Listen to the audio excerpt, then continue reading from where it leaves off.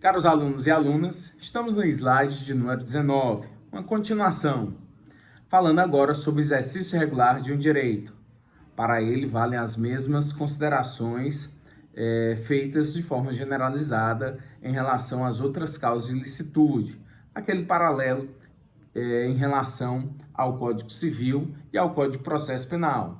Ao Código Civil, dizendo que não constitui um ato ilícito aquele praticado no exercício regular de um direito, ou seja, é um ato lícito. É um ato lícito fazer ou deixar de fazer aquilo que a lei não proíbe. Então, é o meu direito de ir, vir e permanecer. O Código de Processo Penal, no artigo 65, diz que, havendo a sentença penal absolutória, essa sentença ela faz coisa julgada no cível. Não há mais que se discutir aquele ato. Ou seja, se o juiz determinou a absolvição porque o indivíduo praticou o fato no exercício regular de um direito, não pode mais haver uma outra tentativa de se fazer um processo cível para tentar uma indenização em decorrência daquele fato. Já está julgado, não cabe mais qualquer processo. O legislador penal não trouxe uma definição para o exercício regular de um direito. Ele apenas pontuou no artigo 23, inciso 3, como causa de exclusão da ilicitude. Não há crime quando o agente pratica o fato no exercício regular de um direito. Coube à doutrina trazer essa definição. Vamos aqui a uma delas, uma definição doutrinária. O exercício regular de direito. Qualquer pessoa pode exercitar um direito subjetivo ou faculdade previsto na lei, penal ou extrapenal. É disposição constitucional que ninguém será obrigado a fazer ou deixar de fazer alguma coisa, senão em virtude de lei. É o artigo 5º, inciso 1 do texto da Constituição. Excluindo-se a antijuridicidade nas hipóteses em que o sujeito está autorizado a esse comportamento. A figura do médico. Vocês veem aí na imagem um médico fazendo uma cirurgia.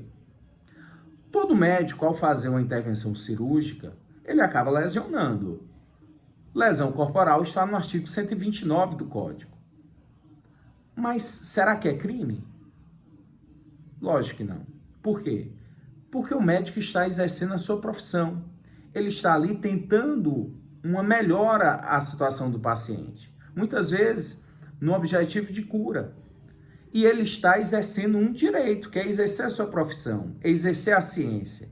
E ela só pode progredir quando há atos de lesão. É o exercício regular de um direito, de exercer a profissão. A Lei da Palmada, que foi assim conhecida, inseriu o artigo 18, a linha A, ao Estatuto da Criança e do Adolescente, imputando como crime as condutas em que os pais ou educadores responsáveis acabam infligindo castigos imoderados, aflição física, por meio de tentativas de correção. As correções, e isso é uma questão de bom senso, elas continuam e devem ser sempre realizadas, tanto por professores, aos seus alunos, quanto aos pais para com os filhos, aos seus filhos, em decorrência da disciplina, de um bem maior, de um bem comum. O que não pode haver é o excesso em relação a castigos, à disciplina. O legislador e o Estado sempre tem que ter um limite. Quando eu exerço um castigo em relação ao meu filho, quando um professor exerce um castigo em relação ao seu aluno, determinando que saia de sala de aula, determinando que ele permaneça por mais tempo antes do intervalo de uma aula a outra, em relação a crianças, ele está ali exercendo um direito, que é de disciplinar, que é de dar um desenvolvimento a essas pessoas que estão ainda em idade de poderem ter disciplina e senso de responsabilidade. E os professores e os pais devem sempre trazer esses cuidados a quem está ainda em desenvolvimento educacional. A lei do Estatuto da Criança e do Adolescente é a Lei 8.069 de 1990. Sempre lembrando do parágrafo único do artigo 23, que trata do excesso. O excesso doloso ou culposo, ele sempre deverá ser punível. Mandar uma pessoa que está na sua residência para que ela saia, em decorrência de ser uma pessoa que você naquele momento não quer que ela esteja. Você pode fazer isso? Sim. Quando você determina alguém que está na sua residência e você não quer a permanência da mesma, você está exercendo um direito.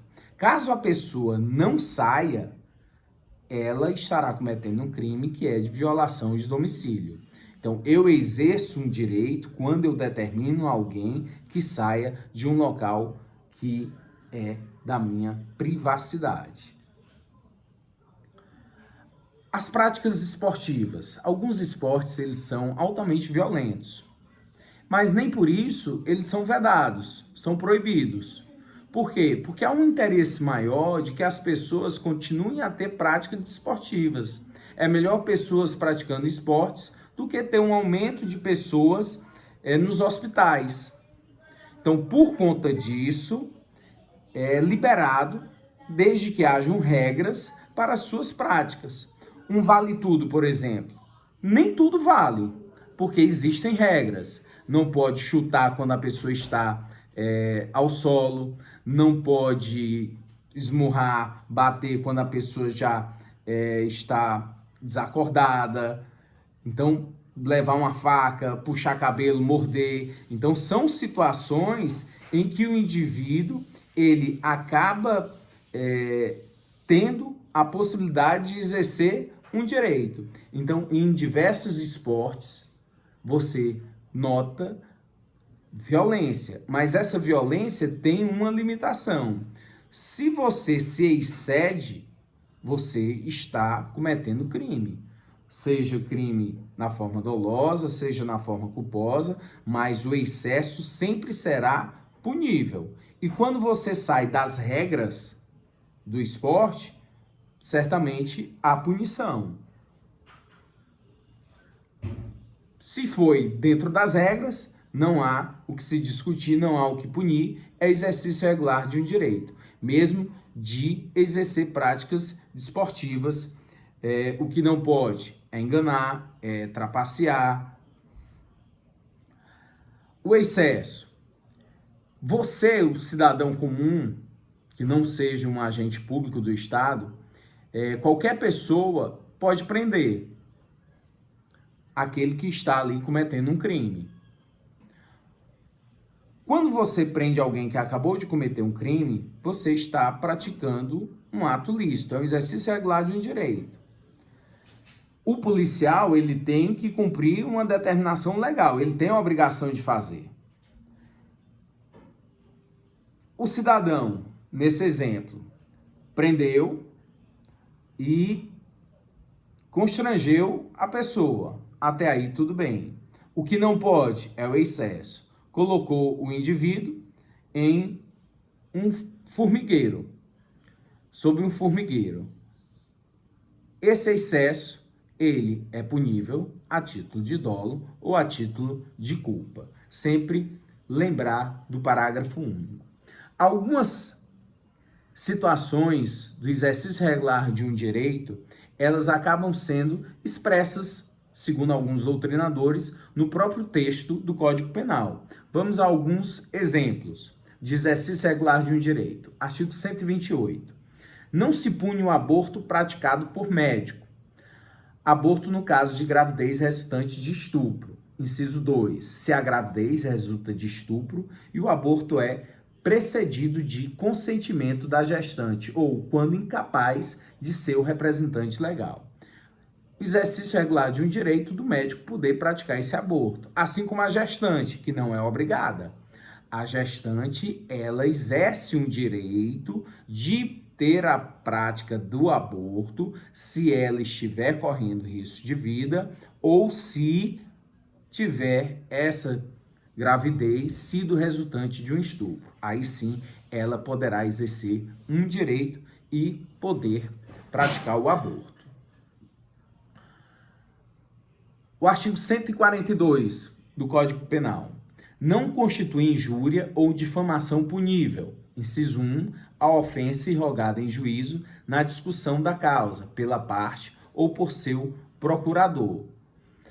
Então, quando lá, vara de família é muito comum, eu estou defendendo o meu cliente, ou o cliente está se defendendo e ele fala alguma injúria nessa discussão. Esse fato não será considerado um fato criminoso. Por quê? Porque ele está no exercício regular de um direito, porque a lei permite, a lei não pune. Outra, inciso 2, a opinião desfavorável da crítica literária, artística ou científica, salvo quando inequívoca a intenção de injuriar ou difamar.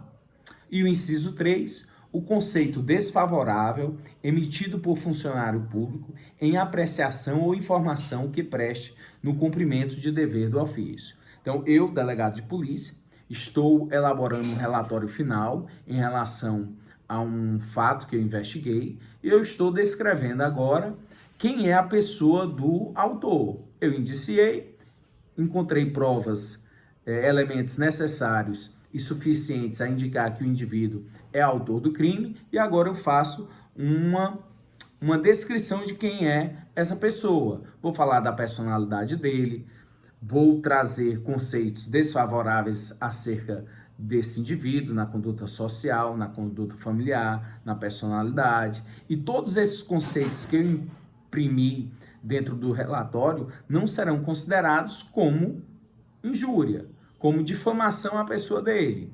Eu não vou responder por nenhum crime contra a honra, em decorrência de ter elaborado dentro da lei, exercendo um direito que a lei me permitiu.